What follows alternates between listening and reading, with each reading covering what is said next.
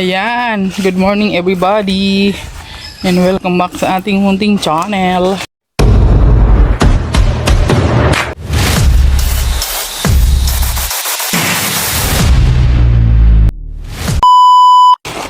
So ngayon, pupunta na tayo dito sa kabilang hacienda kasi yung isang hacienda doon guys na tinataniman natin. Na siya, naka for sale na siya. So doon na tayo kay Ma'am Lina. Salutin ni Ma'am Lina na tayo magtatanim. Habang di pa siya nabibenta. Ayan. Kasi nga sobrang mahal na po ng bilihin ngayon. Kailangan marami tayong tanim. Yes guys, kailangan marami tayong tanim. So kagaya nito. Mamako-mako ka lang dito. Pwede mo nang maulam yan. Kaya alam nyo guys, pag dumating yung taggutom, mas mauhuling magutom yung mga taga-bundok, yung nasa probinsya, yung maraming tanim. Kasi nga syempre dito sa probinsya, pag may mga tanim ka dito, may aanihin ka, di ba? Unlike sa syudad, kagaya sa Maynila guys, lahat ng mga doon, lahat na lang ng mga doon, talbos binibili. Dito talbos ng kamote dito guys, yan lang, ipitasin mo lang dyan sa tabi-tabi, may talbos ka na, di ba? At ayan, kasama natin sila ni Alex. Boy, tulungan mo na ako. Boy, tulungan mo. Ayan dala-dala ni King pang tanim na kamote. Ang dungis niya na. Maliligo mo siya.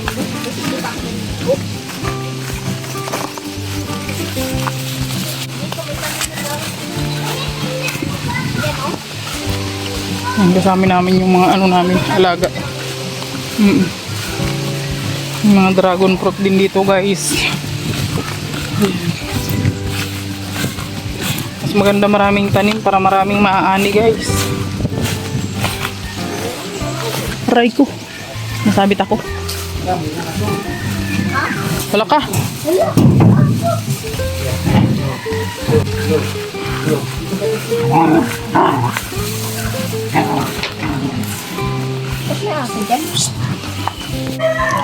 Tatanim siya ngayon ng kamote.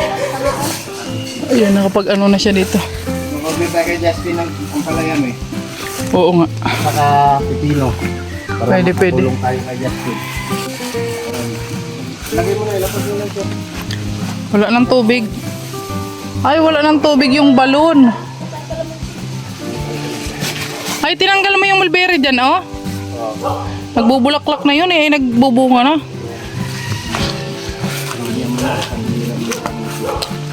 Habang maglilis tayo dito. Ay! Nagulo nyo na yung... Ay, ang gulo-gulo nyo. Tan kayo ha. Ay na sitaw. Oh, andyan ka na naman. Ay! Hoy! Ang gugulo na itong mga alalay namin guys. Alis na dyan. Lipat ko na yung iba. Alin? Ayan o. Ayan doon. Ay, paikot na, inikot na. Wow. Hoy, kompleto na yung tanim natin dito. May mani, may diba? Ayan o, linisin mo yung manimito no. Ito yung yung talong, yung sinimilya ko saan. Dadaling ko sana yan sa kubo eh. Dito mo pala tinan. Alin? Hindi nga, para may talong din sila dun. Ay sabagay, meron naman dun si Justin.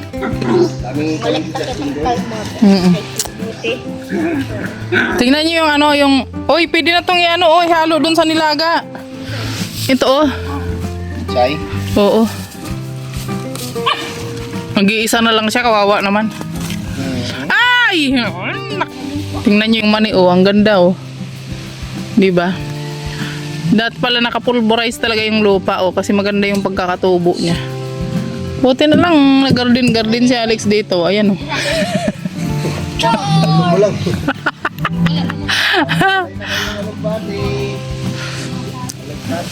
Kuyang!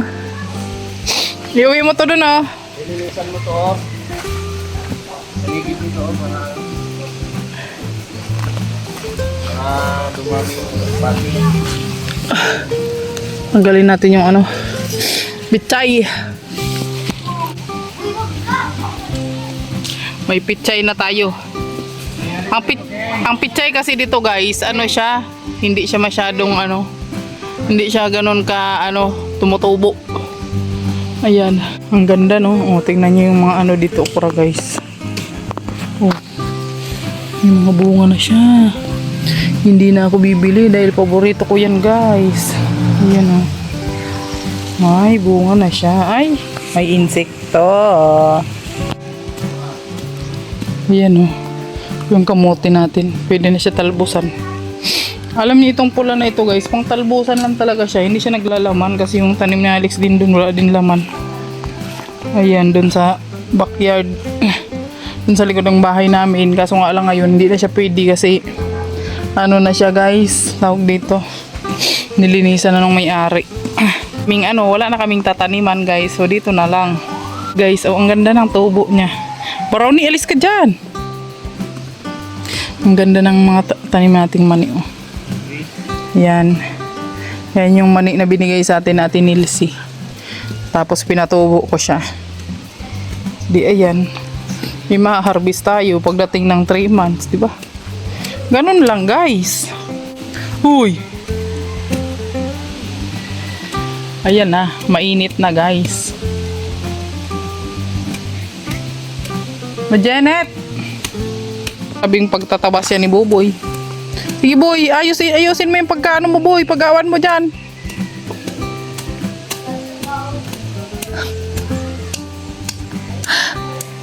Ayusin mo yan boy.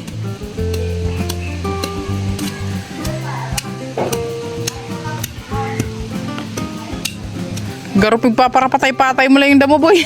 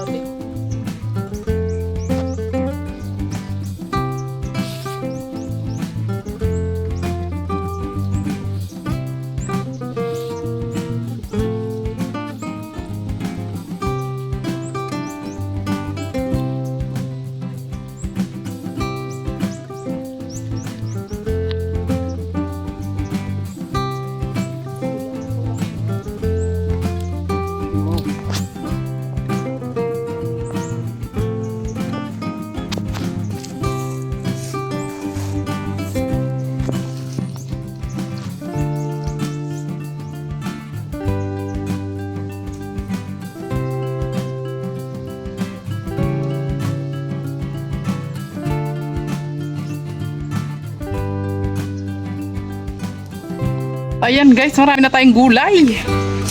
Yan, meron tayong alugbati. Meron tayong laing. Meron tayong pitsay. Ayan. Uuwi natin sa bahay para may magulay tayo. Siyempre may kalamansi din. Diba? Ganon. Ha? Bakit? So ayan, uuwi muna kami guys. At mainit na. At tanghali na rin pati. So ayan, let's go guys.